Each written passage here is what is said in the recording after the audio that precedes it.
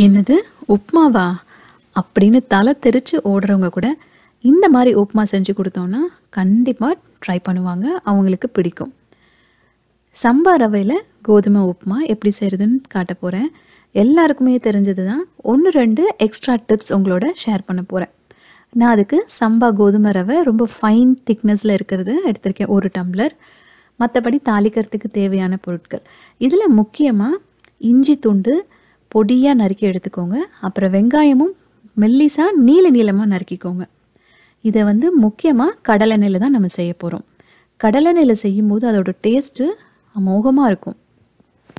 1/2 spoon கடுகு, 1/2 spoon உளுந்து, 1 spoon கடலைப்பருப்பு. இது கருக விடாமல் தாளிச்சுக்கோங்க. காரத்துக்கு தேவையான காஞ்ச மிளகாய், நறுக்கிய இஞ்சி, கருவேப்பிலை சேர்த்து தாளிச்சுக்கோங்க. இதில் வெங்காயத்தையும் சேர்த்து நல்லா வதக்கிடுங்க. வெங்காயம் பொன்னிறமாக வரணும்னு அவசியம் இல்லை, ஓரளவுக்கு வதங்கினா போதும். இப்போ இதுக்கு தேவையான தண்ணி சேர்க்க போகிறோம். 1 டம்ளர் ரவைக்கு 2.5 டம்ளர் தண்ணி சேர்க்குறேன். எக்ஸ்ட்ரா 1/2 டம்ளர் 3 டம்ளராக சேர்த்திங்கன்னா இன்னும் நல்லா குழஞ்சி வரும். அது வேண்டாம், நார்மல் பதத்துக்கே வேணும் அப்படின்னா 2 இல்லைன்னா 2.5 டம்ளர் தண்ணி போதும்.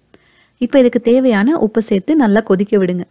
இது ஒரு கொதி வந்த உடனே நம்ம எடுத்து வச்சுருக்க கோதுமை ரவையை சேர்ந்து நல்லா கலந்துட்டு ஒரு 1/2 ஸ்பூன் நெய்யை சேர்த்து மூடி போட்டு குக் பண்ணுங்கள் சிம்மில். அப்படியே ஒரு 7லேருந்து 10 நிமிஷம் வச்சோம்னா போதும், சூப்பராக குக் ஆகிடும். அடி கனமுள்ள பாத்திரம் அப்படின்னா நம்ம பயப்பட தேவையில்லை, அடி பிடிக்காது. இப்போ பாருங்கள், நல்லா உதிரியாக சூப்பராக குக் ஆகிடுச்சு. செம்ம ஸ்மெல். நம்ம 1/2 ஸ்பூன் நெய் சேர்த்ததுனால இதோட வாசனையுமே ரொம்ப நல்லாயிருக்கு. இப்போ இதுக்கு தேவையான கொத்தமல்லி இலையை சேர்த்து மிக்ஸ் பண்ணிவிட்டு அப்படியே மூடி வச்சிட வேண்டியதான். ஸோ இதை சர்வ் பண்ணும்போது தயிர் இல்லைன்னா கடைஞ்ச மோர் இல்லை எந்த வகையான குருமாவும் இதுக்கு சூப்பராக இருக்கும். நாங்கள் இன்றைக்கி இதை ஒரு சூப்பரான வெஜிடபிள் குருமாவோடு சாப்பிட போகிறோம். அந்த வெஜிடபிள் குருமா ரெசிபியும் நான் டிஸ்கிரிப்ஷன் பாக்ஸில் போடுறேன், ட்ரை பண்ணி பாருங்கள்.